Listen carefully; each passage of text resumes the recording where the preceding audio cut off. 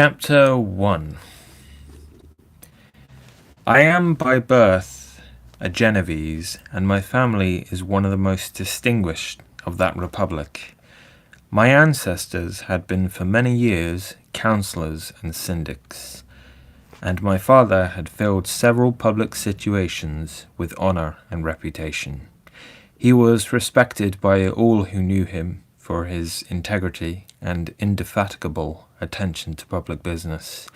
He passed his younger days perpetually occupied by the affairs of his country.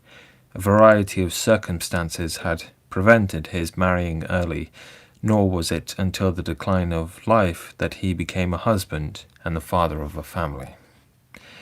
As the circumstances of his marriage illustrate his character, I cannot refrain from relating them. One of his most intimate friends was a merchant who, from a flourishing state, fell, through numerous mischances, into poverty. This man, whose name was Beaufort, was of a proud and unbending disposition, and could not bear to live in poverty and oblivion in the same country where he had formerly been distinguished for his rank and magnificence. Having paid his debts, therefore, in the most honourable manner, he retreated with his daughter to the town of Lucerne, where he lived unknown and in wretchedness. My father loved Beaufort with the truest friendship, and was deeply grieved by his retreat in these unfortunate circumstances. He bitterly deplored the false pride which led his friend to a conduct so little worthy of the affection that united them. He lost no time in endeavouring to seek him out, with the hope of persuading him to begin the world again through his credit and assistance. Beaufort had taken effectual measures to conceal himself, and it was 10 months before my father discovered his abode. Overjoyed at this discovery, he hastened to the house, which was situated in a mean street near the Reuss. When he entered, misery and despair alone welcomed him. Beaufort had saved but a very small sum of money from the wreck of his fortunes, but it was sufficient to provide him with sustenance for some months, and in the meantime he hoped to procure some respectable employment in a merchant's house. The interval was consequently spent in inaction. His grief only became more deep and rankling when he had leisure for reflection, and at length it took so fast hold of his mind that at the end of 3 months he lay on a bed of sickness, incapable of any exertion. His daughter attended him with the greatest tenderness, but she saw with despair that their little fund was rapidly decreasing, and that there was no other prospect of support. But Caroline Beaufort possessed a mind of an uncommon mould, and her courage rose to support her in her adversity. She procured plain work, she plaited straw, and by various means contrived to earn a pittance scarcely sufficient to support life. Several months passed in this manner. Her father grew worse, her time was more entirely occupied in attending him, her means of subsistence decreased, and in the 10th month her father died in her arms, leaving her an orphan and a beggar. This last blow overcame her, and she knelt by Beaufort's coffin, weeping bitterly, when my father entered the chamber. He came like a protecting spirit to the poor girl, who committed herself to his care, and after the interment of his friend, he conducted her to Geneva and placed her under the protection of a relation. 2 years after this event, Caroline became his wife. There was a considerable difference between the ages of my parents, but this circumstance seemed to unite them only closer in bonds of devoted affection. There was a sense of justice in my father's upright mind, which rendered it necessary that he should approve highly to love strongly. Perhaps during former years he had suffered from the late discovered unworthiness of one beloved, and so was disposed to set a greater value on tried worth. There was a show of gratitude and worship in his attachment to my mother, differing wholly from the doting fondness of age, for it was inspired by reverence for her virtues and a desire to be the means of, in some degree, recompensing her for the sorrows she had endured, but which gave inexpressible grace to his behaviour to her. Everything was made to yield to her wishes and her convenience. He strove to shelter her as a fair exotic is sheltered by the gardener from every rougher wind, and to surround her with all that could tend to excite pleasurable emotion in her soft and benevolent mind. Her health, and even the tranquillity of her hitherto constant spirit, had been shaken by what she had gone through. During the 2 years that had elapsed previous to their marriage, my father had gradually relinquished all his public functions, and immediately after their union they sought the pleasant climate of Italy, and the change of scene and interest attendant on a tour through the land of wonders as a restorative for her weakened frame. From Italy they visited Germany and France.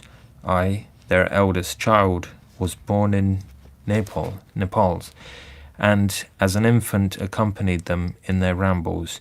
I remained for several years their only child. Much as they were attached to each other, they seemed to draw inexhaustible stores of affection from a very mine of love to bestow them upon me. My mother's tender caresses and my father's smile of benevolent pleasure while regarding me are my first recollections. I was their plaything and their idol, and something better, their child, the innocent and helpless creature bestowed on them by heaven, whom to bring up to good, and whose future lot it was in their hands to direct to happiness or misery, according as they fulfilled their duties towards me. With this deep consciousness of what they owed towards the being to which they had given life, added to the active spirit of tenderness that animated both, it may be imagined that while during every hour of my infant life I received a lesson of patience, of charity, and of self-control, I was so guided by a silken cord that all seemed but one train of enjoyment to me. For a long time I was their only care. My mother had much desire to have a daughter, but I continued their single offspring. When I was about 5 years old, while making an excursion beyond the frontiers of Italy, they passed a week on the shores of the Lake of Como. Their benevolent disposition often made them enter the cottages of the poor. This, to my mother, was more than a duty. It was a necessity, a passion, remembering what she had suffered and how she had been relieved, for her to act in her turn the guardian angel to the afflicted. During one of their walks, a poor cot in the foldings of a valley attracted their notice as being singularly disconsolate, while the number of half-clothed children gathered about it spoke of penury in its worst shape. One day, when my father had gone by himself to Milan, my mother, accompanied by me, visited this abode. She found a peasant and his wife, hard-working, bent down by care and labour, distributing a scanty meal to 5 hungry babes. Among these there was one which attracted my mother far above all the rest. She appeared of a different stock. The 4 others were dark-eyed, hardy little vagrants. This child was thin and very fair. Her hair was the brightest living gold, and despite the poverty of her clothing, seemed to set a crown of distinction on her head. Her brow was clear and ample, her blue eyes cloudless, and her lips and the moulding of her face so expressive of sensibility and sweetness that none could behold her without looking on her as of a distinct species, a being heaven-sent, and bearing a celestial stamp in all her features. The peasant woman, perceiving that my mother fixed eyes of wonder and admiration on this lovely girl, eagerly communicated her history. She was not her child, but the daughter of a Milanese nobleman. Her mother was a German, and had died on giving her birth. The infant had been placed with these good people to nurse. They were better off then. They had not been long married, and their eldest child was but just born. The father of their charge was one of those Italians nursed in the memory of the antique glory of Italy, one among the schiavi ognor frementi, who exerted himself to obtain the liberty of his country. He became the victim of its weakness. Whether he had died or still lingered in the dungeons of Austria was not known. His property was confiscated. His child became an orphan and a beggar. She continued with her foster parents and bloomed in their rude abode, fairer than a garden rose among dark-leaved brambles. When my father returned from Milan, he found playing with me in the hall of our villa a child fairer than a pictured cherub, a creature who seemed to shed radiance from her looks, and whose form and motions were lighter than the chamois of the hills. The apparition was soon explained. With his permission, my mother prevailed on her rustic guardians to yield their charge to her. They were fond of the sweet orphan. Her presence had seemed a blessing to them, but it would be unfair to her to keep her in poverty or want, when Providence afforded her such powerful protection. They consulted their village priest, and the result was that Elizabeth Lavenza became the inmate of my parents' house, my more than sister, the beautiful and adored companion of all my occupations and my pleasures. Everybody loved Elizabeth. The passionate and most reverential attachment with which all regarded her became, while I shared it, my pride and my delight. On the evening previous to her being brought to my home, my mother had said playfully, "I have a pretty present for my Victor. Tomorrow we shall have it." And when on the morrow she presented Elizabeth to me as her promised gift, I, with childish seriousness, interpreted her words literally and looked upon Elizabeth as mine to protect, love, and cherish. All praises bestowed on her I received as made to a possession of my own. We called each other familiarly by the name of cousin. No word, no expression could body forth the kind of relation in which she stood to me, my more than sister, since till death she was to be mine only.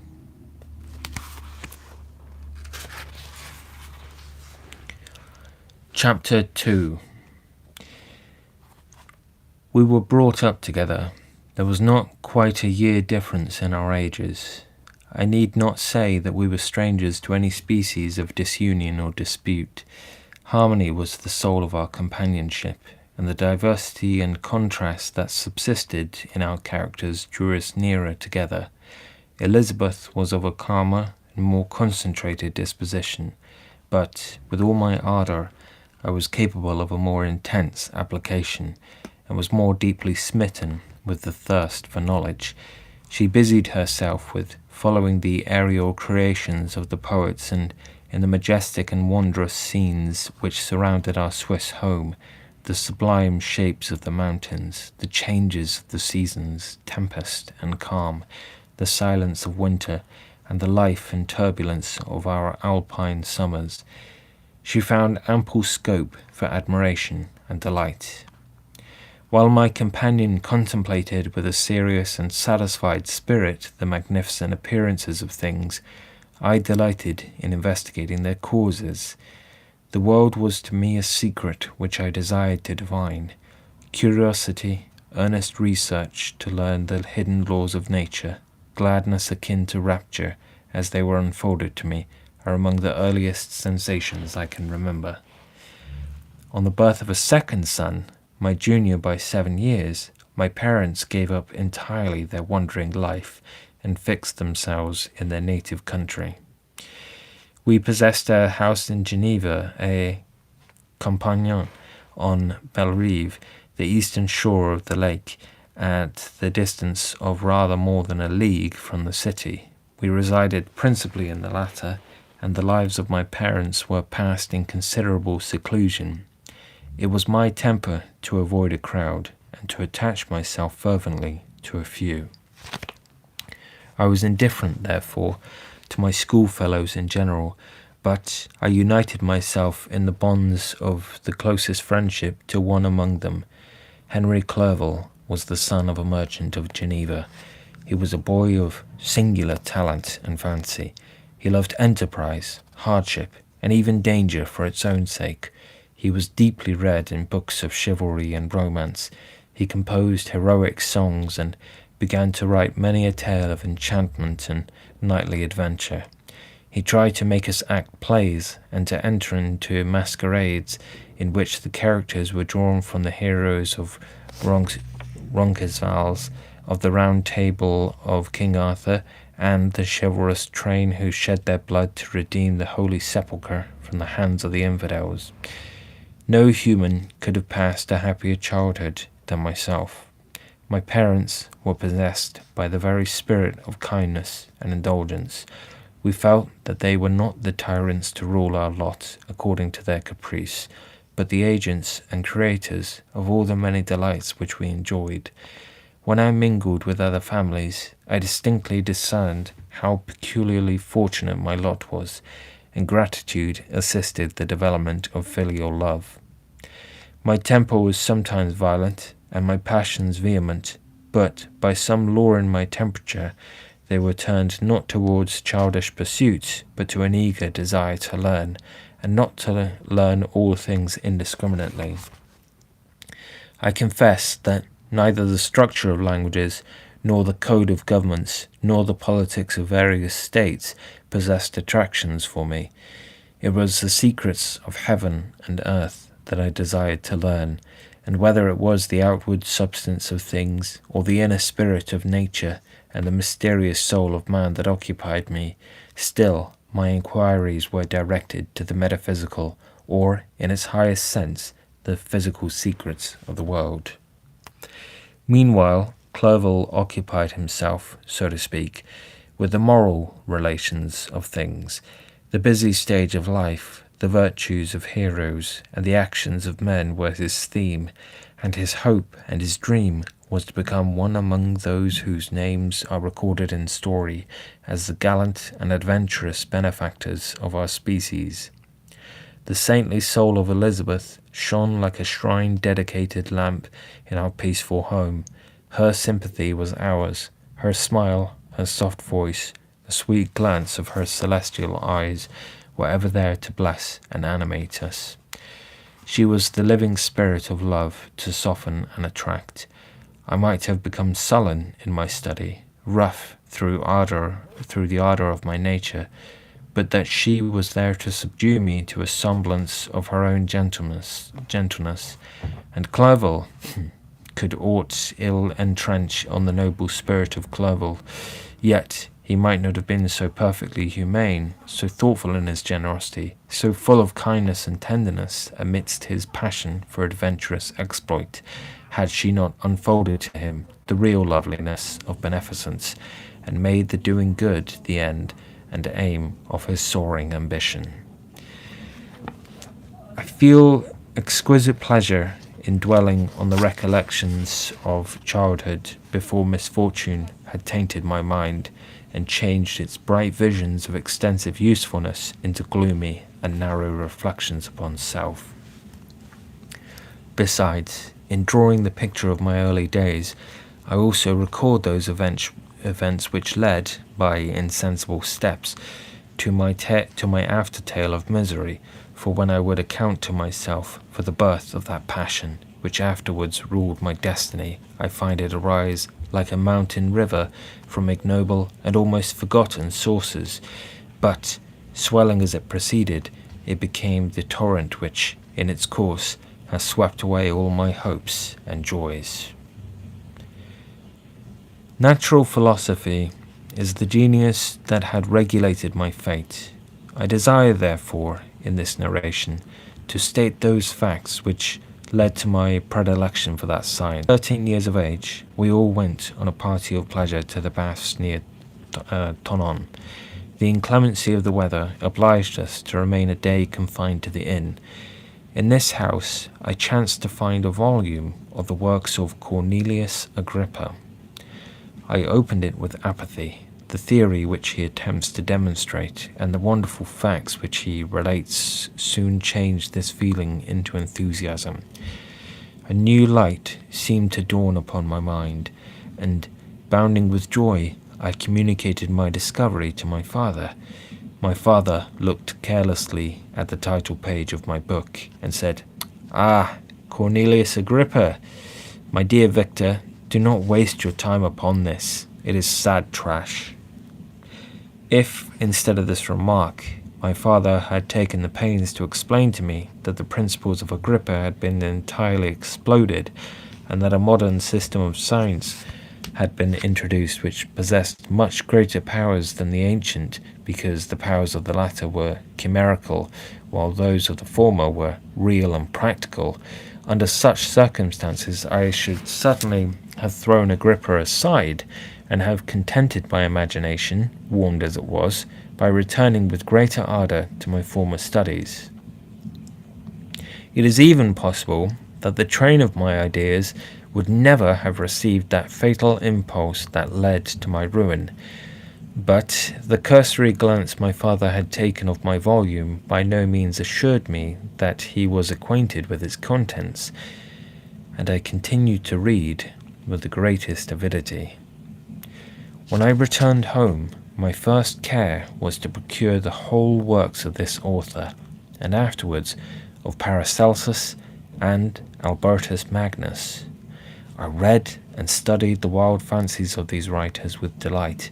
They appeared to me treasures known to a few besides myself. I have described myself as always having been imbued with a fervent longing to penetrate the secrets of nature. In spite of the intense labour and wonderful discoveries of modern philosophers, I always came from my studies discontented and unsatisfied. Sir Isaac Newton is said to have avowed that he felt like a child picking up shells beside the great and unexplored ocean of truth. Those of his successors in each branch of natural philosophy with whom I was acquainted appeared, even to my boy's apprehensions, as tyros engaged in the same pursuit. The untaught peasant beheld the elements around him, and was acquainted with their practical uses. The most learned philosopher knew little more. He had partially unveiled the face of nature, but her immortal lineaments were still a wonder and a mystery. He might dissect, anatomize, and give names, but not to speak of a final cause. Causes in their secondary and tertiary grades were utterly unknown to him. I had gazed upon the fortifications and impediments that seemed to keep human beings from entering the citadel of nature, and rashly and ignorantly I had repined. But here were books, and here were men who had penetrated deeper and knew more. I took their word for all that they averred, and I became their disciple. It may appear strange that such should arise in the 18th century, but while I followed the routine of education in the schools of Geneva, I was, to a great degree, self-taught with regard to my favourite studies. My father was not scientific, and I was left to struggle with a child's blindness, added to a student's thirst for knowledge. Under the guidance of my new preceptors, I entered with the greatest diligence into the search of the philosopher's stone and the elixir of life, but the latter soon obtained my undivided attention. Wealth was an inferior object, but what glory would attend the discovery if I could banish disease from the human frame and render man invulnerable to any but a violent death. Nor were these my only visions. The raising of ghosts or devils was a promise liberally accorded by my favourite authors, the fulfilment of which I most eagerly sought. And if my incantations were always unsuccessful, I attributed the failure rather to my own inexperience and mistake than to a want of skill or fidelity in my instructors. And thus for a time I was occupied by exploded systems mingling, like an unadept, 1,000 contradictory theories, and floundering desperately in a very slough of multifarious knowledge, guided by an ardent imagination and childish reasoning, till an accident again changed the current of my ideas. When I was about 15 years old, we had retired to our house near Bellerive, when we witnessed a most violent and terrible thunderstorm. It advanced from behind the mountains of Jura, and the thunder burst at once with frightful loudness from various quarters of the heavens. I remained while the storm lasted, watching its progress with curiosity and delight. As I stood at the door, on a sudden I beheld a stream of fire issue from an old and beautiful oak, which stood about 20 yards from my house, and so soon as the dazzling light vanished, the oak had disappeared, and nothing remained but a blasted stump. When we visited it the next morning, we found the tree shattered in a singular manner. It was not splintered by the shock, but entirely reduced to thin ribbons of wood. I never beheld anything so utterly destroyed. Before this, I was not unacquainted with the more obvious laws of electricity. On this occasion, a man of great research in natural philosophy was with us, and, excited by this catastrophe, he entered on the explanation of a theory which he had formed on the subject of electricity and galvanism, which was at once new and astonishing to me. All that he said threw greatly into the shade Cornelius Agrippa, Albertus Magnus, and Paracelsus, the lords of my imagination. But by some fatality, the overthrow of these men disinclined me to pursue my accustomed studies. It seemed to me as if nothing would or could ever be known. All that had so long engaged my attention suddenly grew despicable. By one of those caprices of the mind which we are perhaps most subject to in early youth, I at once gave up my former occupations, set down natural history and all its progeny as a deformed and abortive creation, and entertained the greatest disdain for a would-be science which could never even step within the threshold of real knowledge. In this mood of mind, I betook myself to the mathematics and the branches of study appertaining to that science, as being built upon secure foundations, and so worthy of my consideration. Thus strangely are our souls constructed, and by such slight ligaments are we bound to prosperity or ruin. When I look back, it seems to me as if this almost miraculous change of inclination and will was the immediate suggestion of the guardian angel of my life, the last effort made by the spirit of preservation to avert the storm that was even then hanging in the stars and ready to envelop me. Her victory was announced by an unusual tranquillity and gladness of soul, which followed the relinquishing of my ancient and latterly tormenting studies. It was thus that I was to be taught to associate evil with their prosecution, happiness with their disregard. It was a strong effort of the spirit of good, but it was ineffectual. Destiny was too potent, and her immutable laws had decreed to my utter and terrible destruction.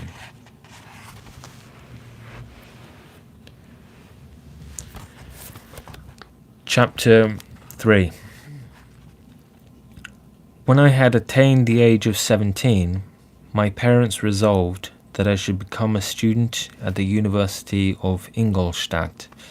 I had hitherto attended the schools of Geneva, but my father thought it necessary for the completion of my education that I should be made acquainted with other customs than those of my native country.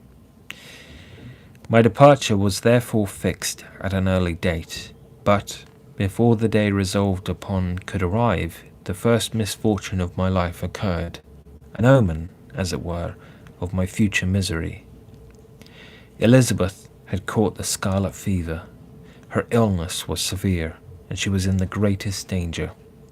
During her illness, many arguments had been urged to persuade my mother to refrain from attending upon her. She had, at first, yielded to our entreaties, but when she heard that the life of her favourite was menaced, she could no longer control her anxiety. She attended her sick-bed. Her watchful attentions triumphed over the malignity of the distemper. Elizabeth was saved, but the consequences of this imprudence were fatal to her preserver. On the third day, my mother sickened.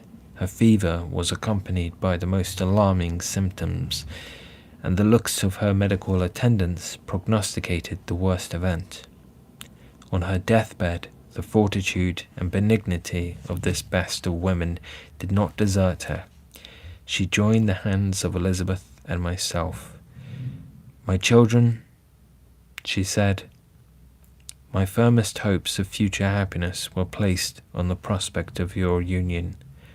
This expectation will now be the consolation of your father. Elizabeth, my love, you must supply my place to my younger children. Alas, I regret that I am taken from you, and happy and beloved as I have been, is it not hard to quit you all? But these are not thoughts befitting me. I will endeavour to resign myself cheerfully to death, and will indulge a hope of meeting you in another world." She died calmly, and her countenance expressed affection even in death. I need not describe the feelings of those whose dearest ties are rent by that most irreparable evil, the void that presents itself to the soul, and the despair that is exhibited on the countenance.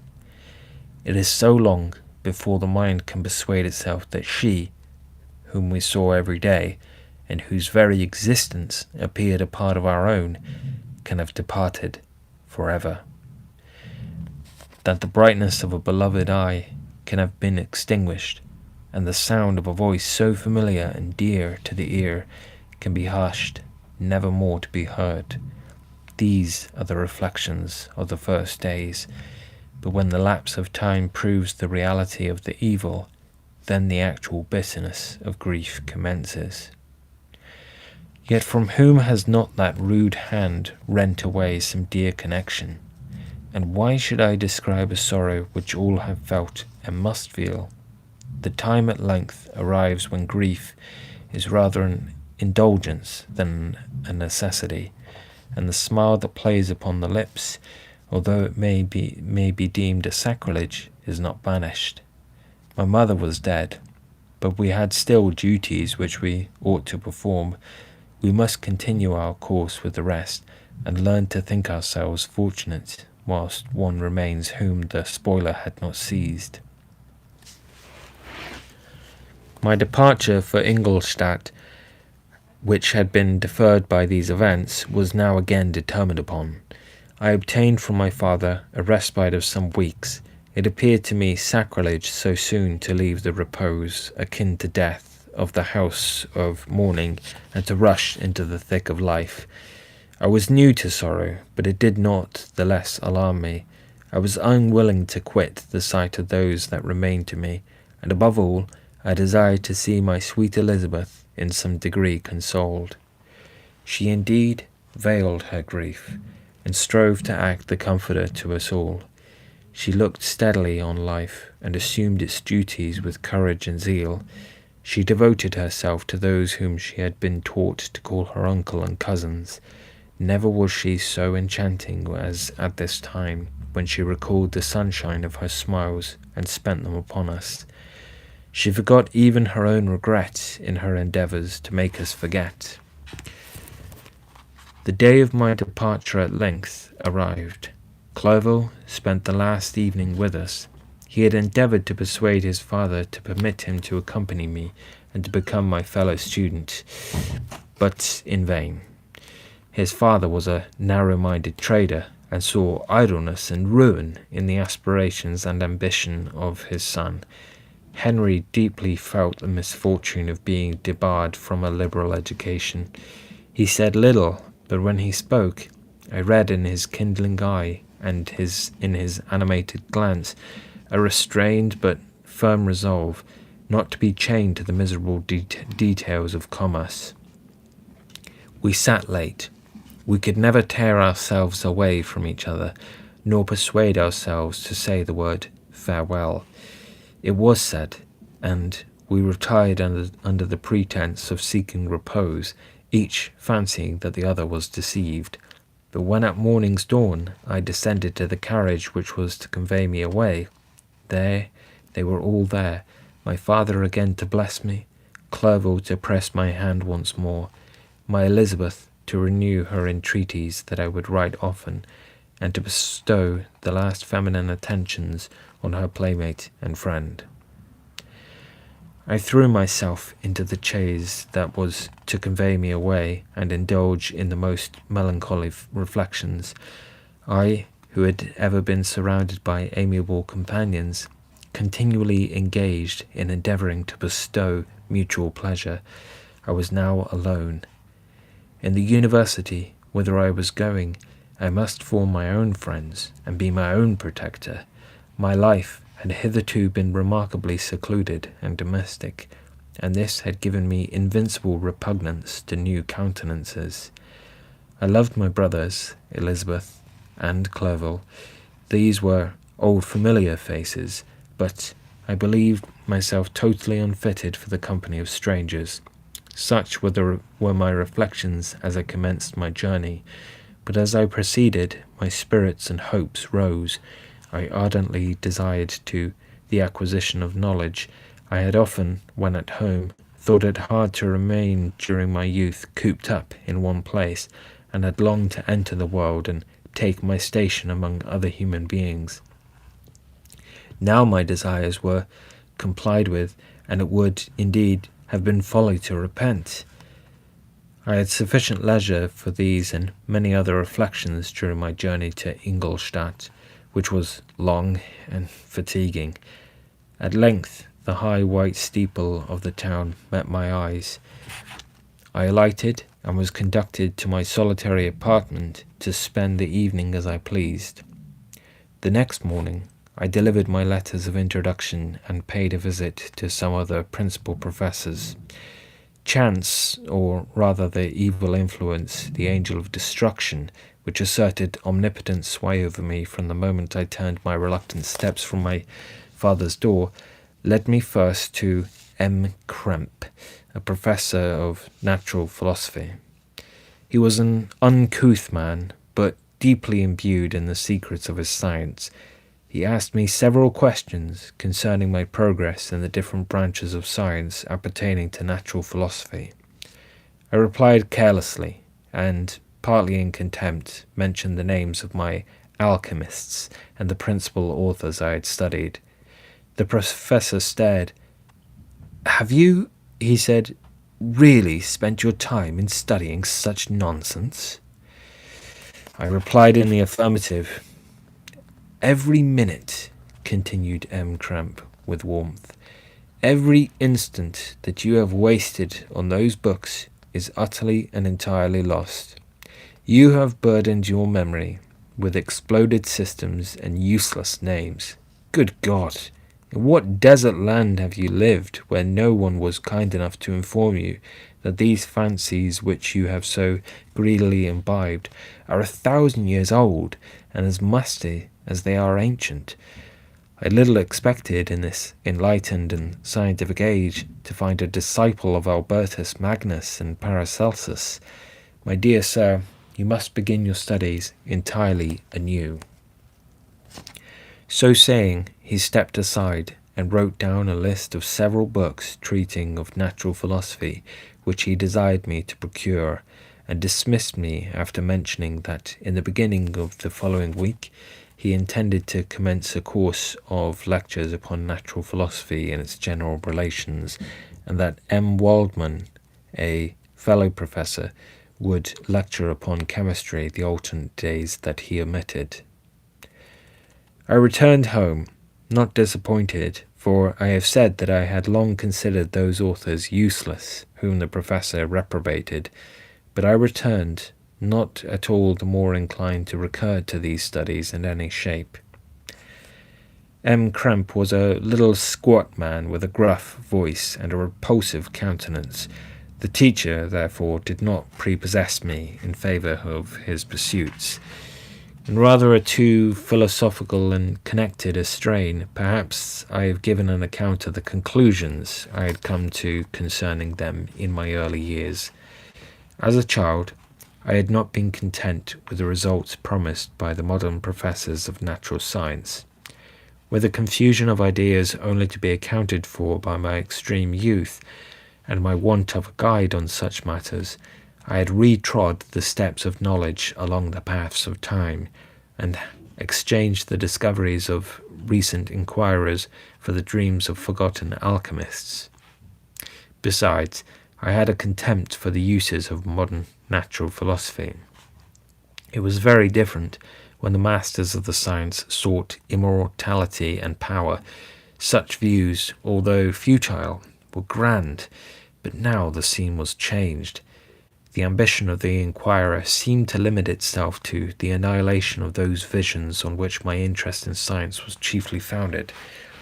I was required to exchange chimeras of boundless grandeur for realities of little worth. Such were my reflections during the first 2 or 3 days of my residence at Ingolstadt, which were chiefly spent in becoming acquainted with the localities and the principal residents in my new abode. But as the ensuing week commenced, I thought of the information which M. Krempe had given me concerning the lectures, and although I could not consent to go and hear that little conceited fellow deliver sentences out of a pulpit, I recollected what he had said of M. Waldman, whom I had never seen, as he had hitherto been out of town. Partly from curiosity, and partly from idleness, I went into the lecturing room, which M. Waldman entered shortly after. This professor was very unlike his colleague. He appeared about 50 years of age, but with an aspect expressive of the greatest benevolence. A few grey hairs covered his temples, but those at the back of his head were nearly black. His person was short, but remarkably erect, and his voice the sweetest I had ever heard. He began his lecture by a recapitulation of the history of chemistry and the various improvements made by different men of learning, pronouncing with fervour the names of the most distinguished discoverers. He then took a cursory view of the present state of the science, and explained many of its elementary terms. After having made a few preparatory experiments, he concluded with a panegyric upon modern chemistry, the terms of which I shall never forget. "The ancient teachers of this science," said he, "promised impossibilities and performed nothing. The modern masters promise very little. They know that metals cannot be transmuted, and that the elixir of life is a chimera. But these philosophers, whose hands seem only made to dabble in dirt, and their eyes to pore over the microscope or crucible, have indeed performed miracles. They penetrate into the recesses of nature, and show how she works in her hiding places. They ascend into the heavens. They have discovered how the blood circulates, and the nature of the air we breathe. They have acquired new and almost unlimited powers. They can command the thunders of heaven, mimic the earthquake, and even mock the invisible world with its own shadows." Such were the professor's words. Rather, let me say such the words of the fate announced to destroy me. As he went on, I felt as if my soul were grappling with a palpable enemy. One by one, the various keys were touched which formed the mechanism of my being. Chord after chord was sounded, and soon my mind was filled with one thought, one conception, one purpose. "So much has been done," exclaimed the soul of Frankenstein. "More, far more, will I achieve, treading in the steps already marked. I will pioneer a new way, explore unknown powers, and unfold to the world the deepest mysteries of creation." I closed not my eyes that night. My internal being was in a state of insurrection and turmoil. I felt that order would thence arise, but I had no power to produce it. By degrees, after the morning's dawn, sleep came. I awoke, and my yesternight's thoughts were as a dream. There only remained a resolution to return to my ancient studies and to devote myself to a science for which I believed myself to possess a natural talent. On the same day, I paid M. Waldman a visit. His manners in private were even more mild and attractive than in public, for there was a certain dignity in his mien during his lecture, which in his own house was replaced by the greatest affability and kindness. I gave him pretty nearly the same account of my former pursuits as I had given his fellow professor. He heard with attention the little narration concerning my studies, and smiled at the names of Cornelius Agrippa and Paracelsus, but without the contempt that M. Krempe had exhibited.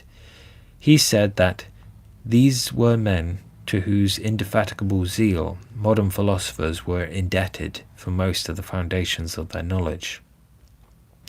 They had left to us, as an easier task, to give new names, and arranged in connected classifications the facts which they in a great degree had been the instruments of bringing to light.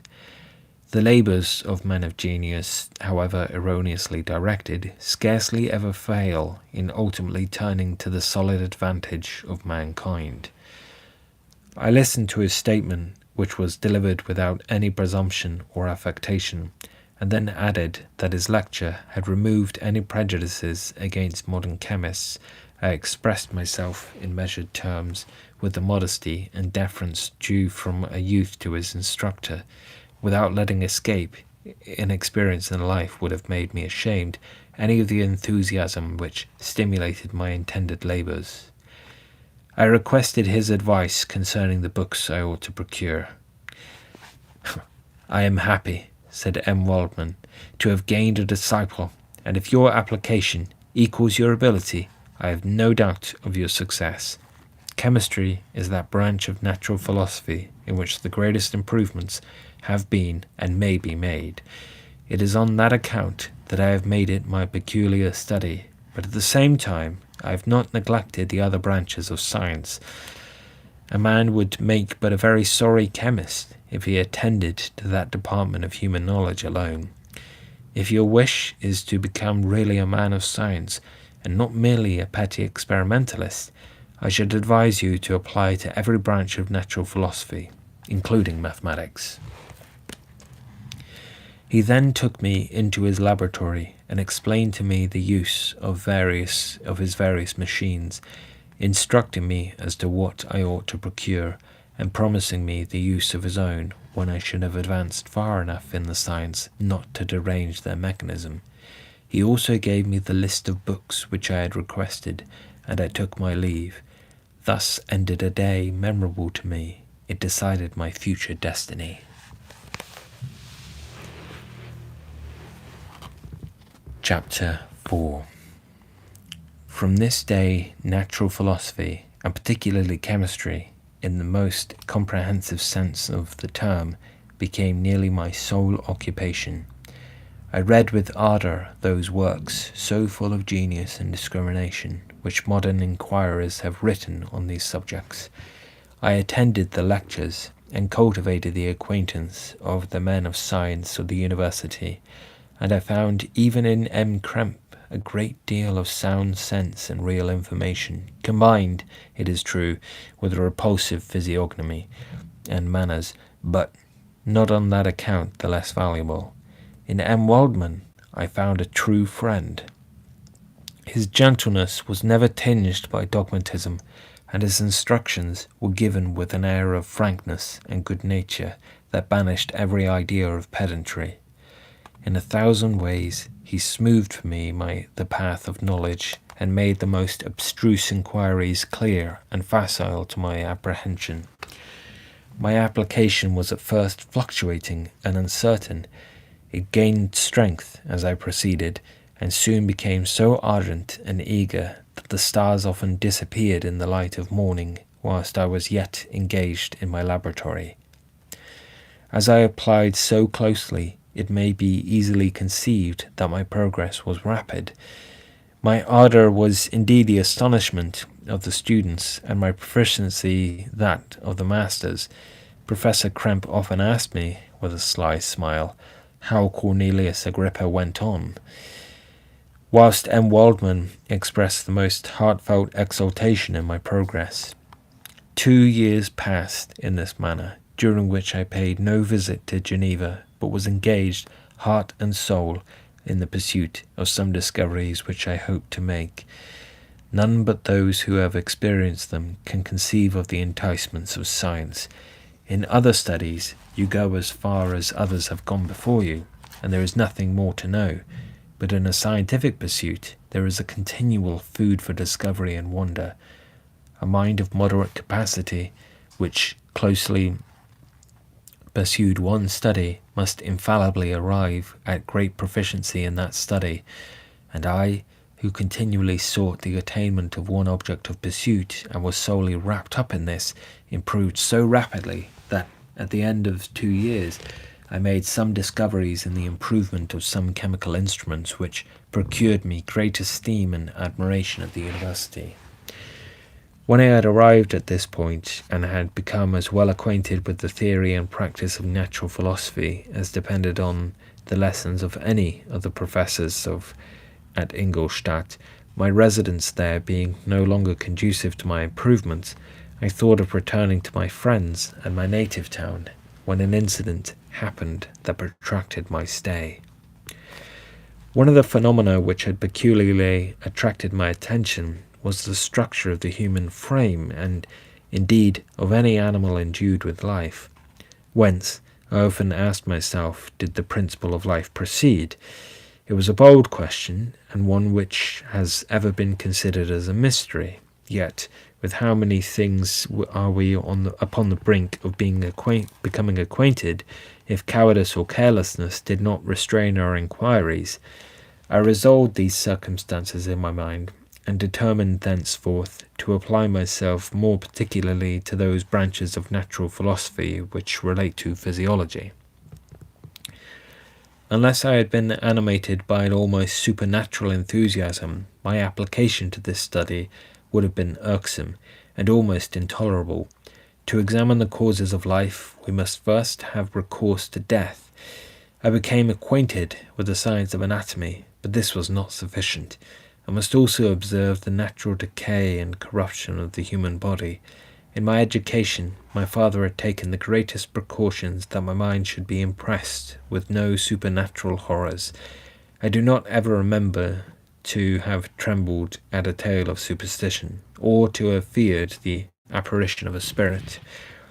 Darkness had no effect upon my fancy, and a churchyard was to me merely the receptacle of bodies deprived of life, which, from being the seat of beauty and strength, had become food for the worm. Now I was led to examine the course and progress of this decay, and forced to spend days and nights in vaults and charnel houses. My attention was fixed upon every object the most insupportable to the delicacy of the human feelings. I saw how the fine form of man was degraded and wasted. I beheld the corruption of death succeed to the blooming cheek of life. I saw how the worm inherited the wonders of the eye and the brain.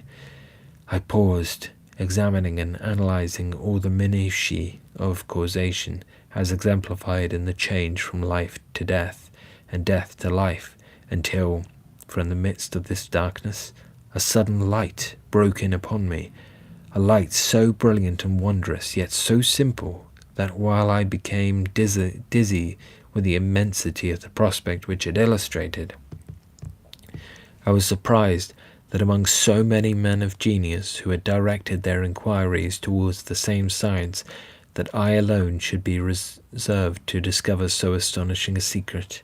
Remember, I am not recording the vision of a madman. The sun does not more certainly shine in the heavens than that which I now affirm is true. Some miracle might have produced it, yet the stages of the discovery were indistinct and probable. After days and nights of incredible labour and fatigue, I succeeded in discovering the cause of generation and life. Nay, more, I became myself capable of bestowing animation upon lifeless matter. The astonishment which I had at first experienced on this discovery soon gave place to delight and rapture. After so much time spent in painful labour, to arrive at once at the summit of my desires was the most gratifying consummation of my toils. But this discovery was so great and overwhelming that all the steps by which I had been progressively led to it were obliterated, and I beheld only the result. What had been the study and desire of the wisest men since the creation of the world was now within my grasp. Not that, like a magic scene, it all opened upon me at once. The information I had obtained was of a nature rather to direct my endeavours so soon as I should point them towards the object of my search, than to exhibit that object already accomplished. I was like the Arabian who had been buried with the dead, and found a passage to life, aided only by one glimmering and seemingly ineffectual light. I see by your eagerness and the wonder and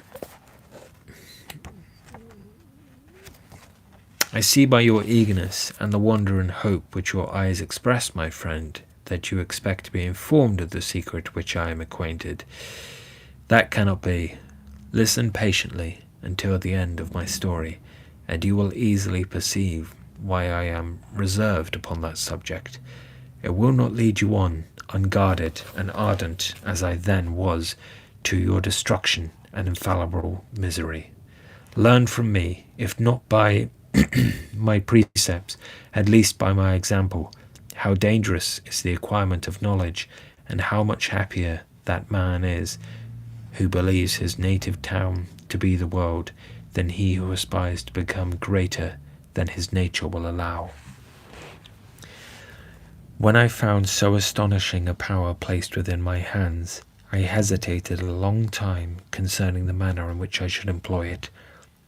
Although I possessed the capacity of bestowing animation, yet to prepare a frame for the reception of it, with all its intricacies of fibres, muscles, and veins, still remained a work of inconceivable difficulty and labour. I doubted at first whether I should attempt the creation of a being like myself, or one of simpler organization, but my imagination was too much exalted by my first success to permit me to doubt of my ability to give life to an animal as complex and wonderful as man. The materials at present within my command hardly appeared adequate to so arduous an undertaking, but I doubted not that I should ultimately succeed. I prepared myself for a multitude of reverses. My operations might be incessantly baffled, and at last my work be imperfect. Yet, when I considered the improvement which every day takes place in science and mechanics, I was encouraged to hope my present attempts would at least lay the foundations of future success. Nor could I consider the magnitude and complexity of my plan as any argument of its impracticability. It was with these feelings that I began the creation of a human being. As the minuteness of the parts formed a great hindrance to my speed, I resolved, contrary to my first intention, to make the being of a gigantic stature, that is to say, about 8 feet in height, and proportionally large. After having formed this determination, and having spent some months in successfully collecting and arranging my materials, I began. No one can conceive the variety of feelings which bore me out onwards like a hurricane in the first enthusiasm of success. Life and death appeared to me ideal bounds, which I should first break through, and pour a torrent of light into our dark world. A new species would bless me as its creator and source. Many happy and excellent natures would owe their being to me. No father could claim the gratitude of his child so completely as I should deserve theirs. Pursuing these reflections, I thought that if I could bestow animation upon lifeless matter, I might, in process of time, although I now found it impossible, renew life where death had apparently devoted the body to corruption. These thoughts supported my spirits while I pursued my undertaking with unremitting ardour. My cheek had grown pale with study, and my person had become emaciated with confinement. Sometimes, on the very brink of certainty, I failed, yet still I clung to the hope which the next day or the next hour might realize. One secret which I alone possessed was the hope to which I had dedicated myself, and the moon gazed on my midnight labours, while, with unrelaxed and breathless eagerness, I pursued nature to her hiding places. Who shall conceive the horrors of my secret toil as I dabbled among the unhallowed damps of the grave, or tortured the living animal to animate the lifeless clay? My limbs now tremble, and my eyes swim with the remembrance, but then a resistless and almost frantic impulse urged me forward. I seemed to have lost all soul or sensation but for this one pursuit.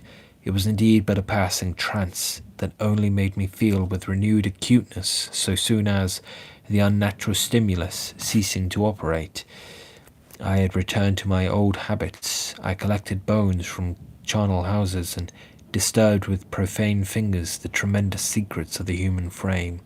In a solitary chamber, or rather cell, at the top of the house, and separated from all the other apartments by a gallery and staircase, I kept my workshop of filthy creation. My eyeballs were staring from their sockets and attending to the details of my employment.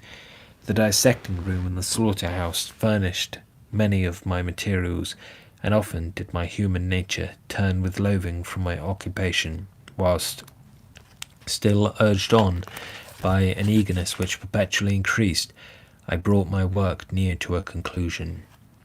The summer months passed while I was thus engaged, heart and soul, in one pursuit. It was a most beautiful season. Never did the fields bestow a more plentiful harvest, or the vines yield a more luxuriant vintage, but my eyes were insensible to the charms of nature, and the same feelings which made me neglect the scenes around me caused me also to forget those friends who were so many miles absent, and whom I had not seen for so long a time. I knew my silence disquieted them, and I well remember the words of my father. I know that while you are pleased with yourself, you will think of us with affection, and we shall hear regularly from you. You must pardon me if I regard any interruption in your correspondence as a proof that your other duties are equally neglected. I knew well, therefore, what would be my father's feelings, but I could not tear my thoughts from my employment, loathsome in itself, but which had taken an irresistible hold of my imagination. I wished, as it were, to procrastinate all that related to my feelings of affection until the great object, which swallowed up every habit of my nature, should be completed. I then thought that my father would be unjust if he ascribed to my neglect to vice or faultiness on my part, but I am now convinced that he was justified in conceiving that I should not be altogether free from blame.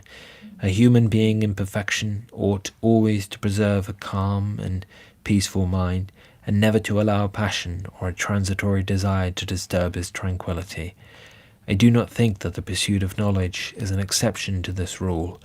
If the study to which you apply yourself has a tendency to weaken your affections and to destroy your taste for those simple pleasures in which no alloy can possibly mix, then that study is certainly unlawful, that is to say, not befitting the human mind.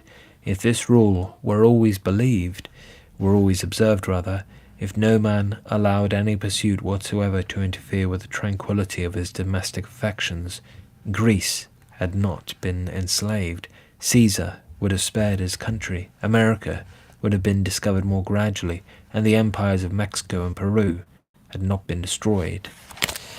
But I forget that I am moralizing in the most interesting part of my tale, and your looks remind me to proceed. My father made no reproach in his letters, and only took notice of my silence by inquiring into my occupations more particularly than before.